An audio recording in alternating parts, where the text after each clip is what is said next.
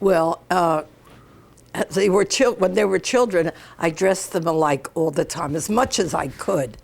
And it became a thing.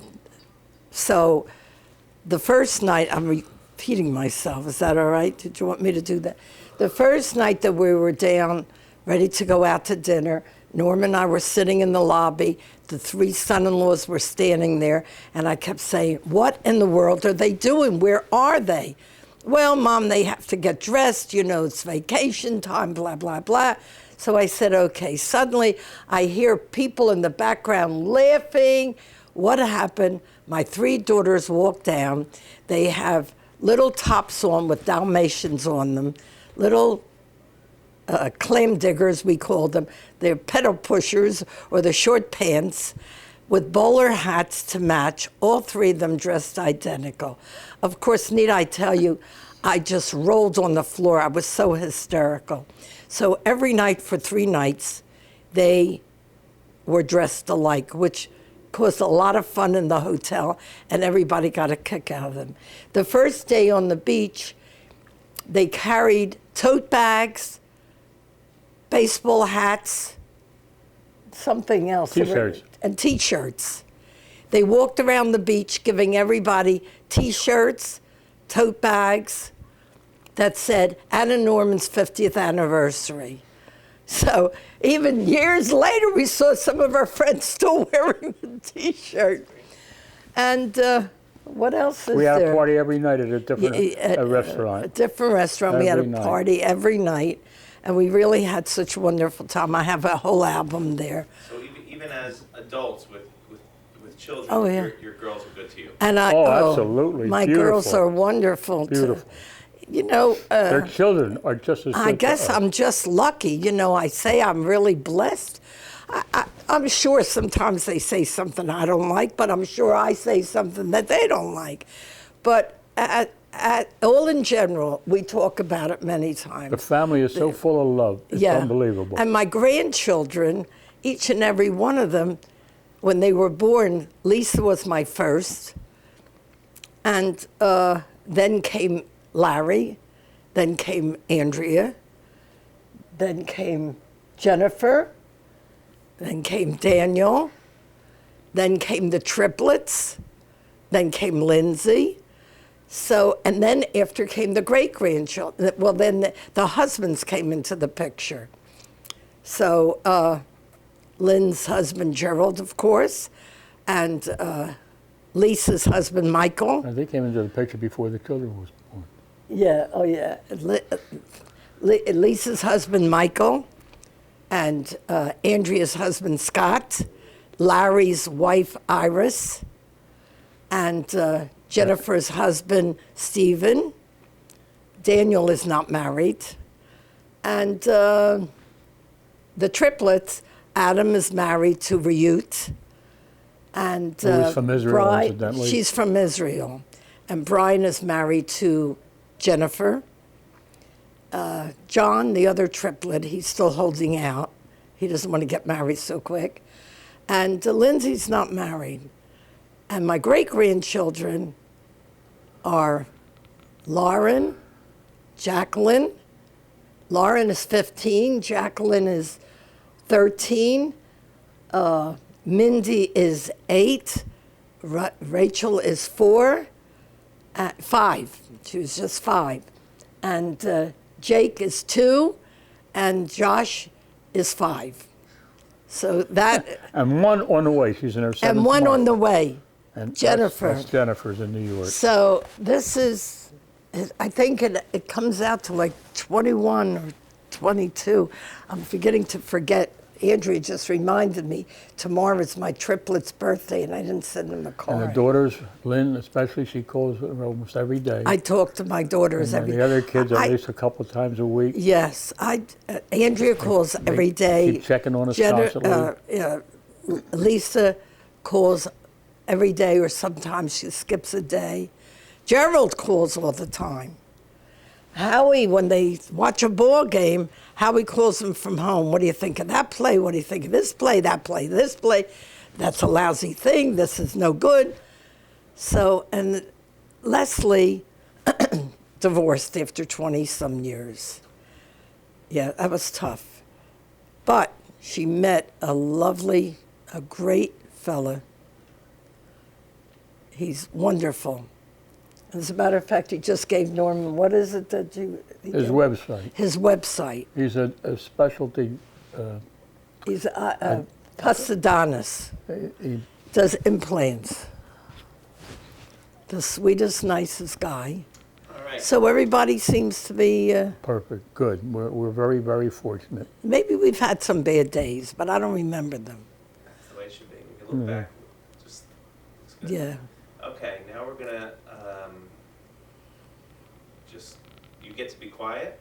We're gonna reverse this in a minute. It's nothing new. I want from the day he drove up in the car until right now. Let's talk about your husband. Oh, God. From the day he drove up in the car, I thought, my God, he is cute. And my mother said he must be rich. So, but no, that didn't matter. No, the night that I met him, I thought he was cute, but he was a snob. He didn't want to get out of the car so quick. How he asked me for my phone number, I'll never know. But I think you. Yeah, I think you pushed it on me. I liked him. I thought he was adorable. And he made me very happy. As a friend, he tried to please me. I loved corned beef sandwiches, so he would take me out for a corned beef sandwich. And I was skinny as a rail, could eat everything I wanted to, and I loved spaghetti and I loved pizza pie. So he used to take me to the Italian restaurants. And I guess I just fell in love with him. He was a very good husband. We've had our bad days sometimes. I like to food him when he gets me mad, but I get him mad too.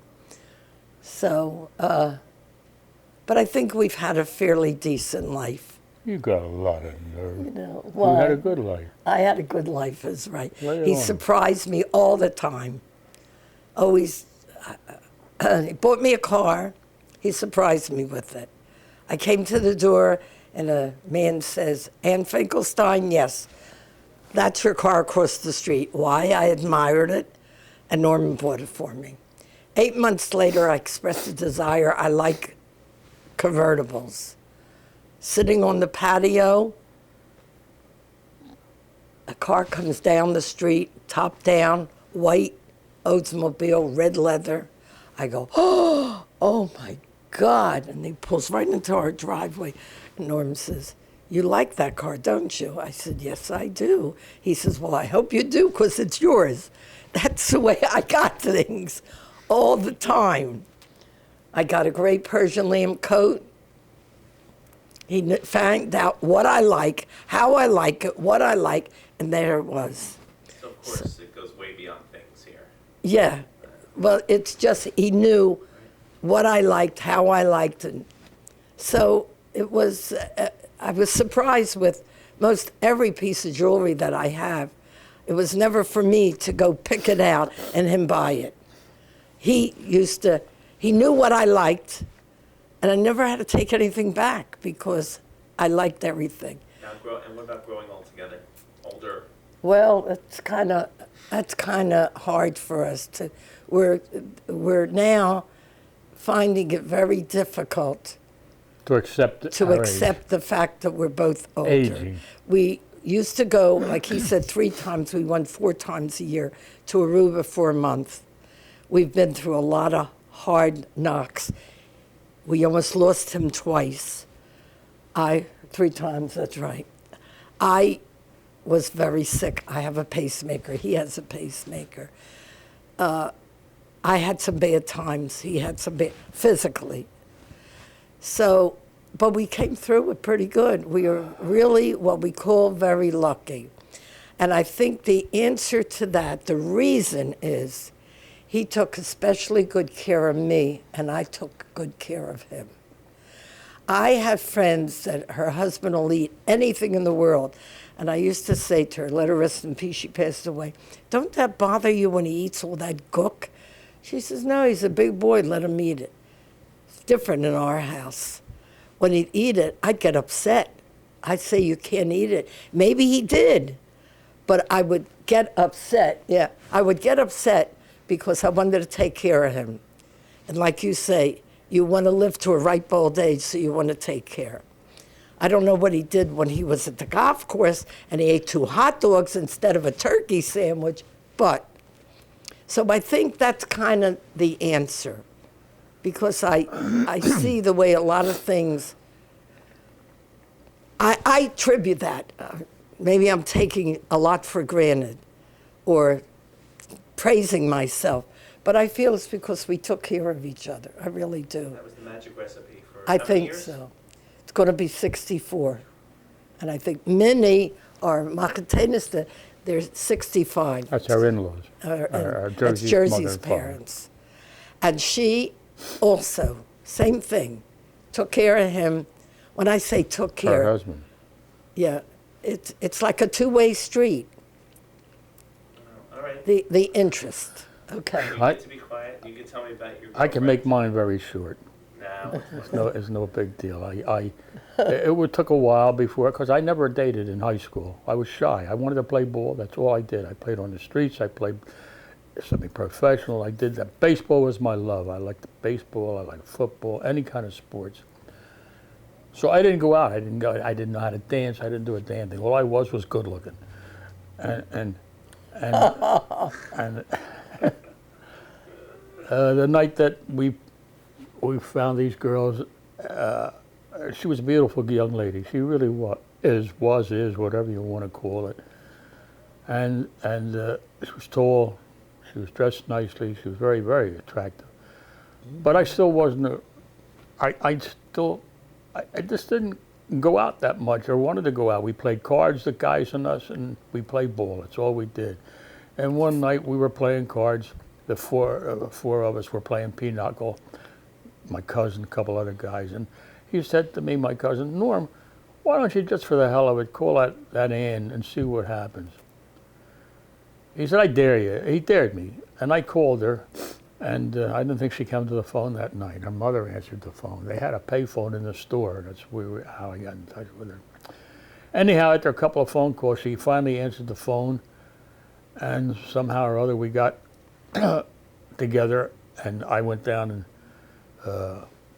with my father, just bought a brand new Chrysler, and he lent me that, and I was a '39 Chrysler, and that I drove down that night, and I went in the store, and I really came on to her mother because I knew that was the best way to get to her, and I don't know exactly where we went. We may have gone to the movies that night, and it took off from there, and I really became infatuated with her, and I guess she liked me a lot too. And we kept going, and we had our ups and downs. We had arguments here and there. One day she called me Oh, yeah. at my place. I was working for my father. It was in the summertime, and she was crying like hell on the phone. What's the matter, honey? Some guy got fresh with me, and he backed me up against the wall, and he tried to get smart. I said, do you know him? She said, yeah, I know him very well. Do you know where he lives? Yeah. I said to my father, Pop, I want to go get a haircut. Could you lend me the car? He said, sure, go ahead. So I went down to her house. I picked her up, and I went over to this guy whose father had a big furniture store. And man, I was mad. And I was a strong kid. I mean, I was a little fuller than I am now, and I was really strong. I went to that store, and his father was sitting behind the desk. And I said, can I see your son? He said, what do you want to see him for? I said, where is he? He says, he's upstairs. I said, bring him down here. I'm going to beat his ass. He pulled a gun out on me. Yeah. He said, get out of here. This fellow was only 6 feet tall. I didn't care how tall he was or how big he was. He says, you get out of here before I, whatever. So I didn't want to go. I didn't care about the gun. I had a lousy temper, and anybody messed with her, man, they were in trouble, or I was in trouble, one or the other. And she dragged me out. I got him in front of a magistrate. It went all through it, and that was that. I had many a problem with guys coming on to her that I had to fight for. And Come on. Yeah. Even if they didn't, he thought No, this was when I was single. I'm not a flirt. Yeah, we weren't married then, no. And I remember distinctly one night she had a friend who lived in Phoenixville, and I picked her up to take her to Phoenixville. She wanted to see her friend, and